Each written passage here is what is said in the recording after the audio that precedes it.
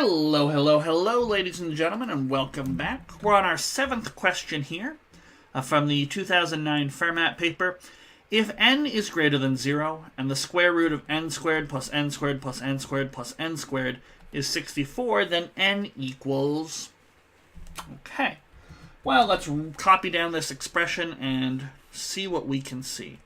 So n squared plus n squared is 64. Well, I'm going to sort of simplify the right-hand side and just say, well, this is just 4n squared. And now I'm going to square both sides, and that'll get me 4n squared is 64 squared, which off the top of my head, that would be 2 to the 12 or 4 to the 6. I think it should be 4n squared is 4,096, but I honestly can't remember off the top of my head, so I'm just going to grab my calculator. I know, I should know my powers of 2 much higher. Oh, that's right, it was 4,096. Okay, well, while I got the calculator out, divide by 4 on both sides, and that's going to be n squared is 1,024. And then we'll get n is 32 when we square root it.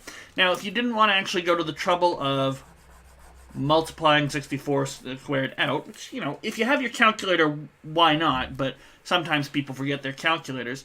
Here's another thing I might do. Okay, 4n squared is really just the same as 2n all squared. Okay, 4 is 2 squared, so 2 squared times n squared is 2n squared. And I guess I could square root things again. Actually, you know what? I could have just done that from the start. Look at me making the question harder on myself. So square root of 4.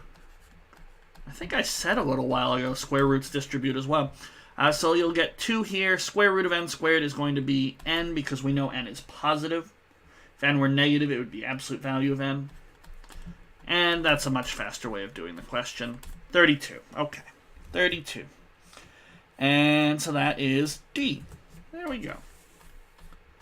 So that's question number 7. Up next, of course, question number 8, and I'll see you for that next time.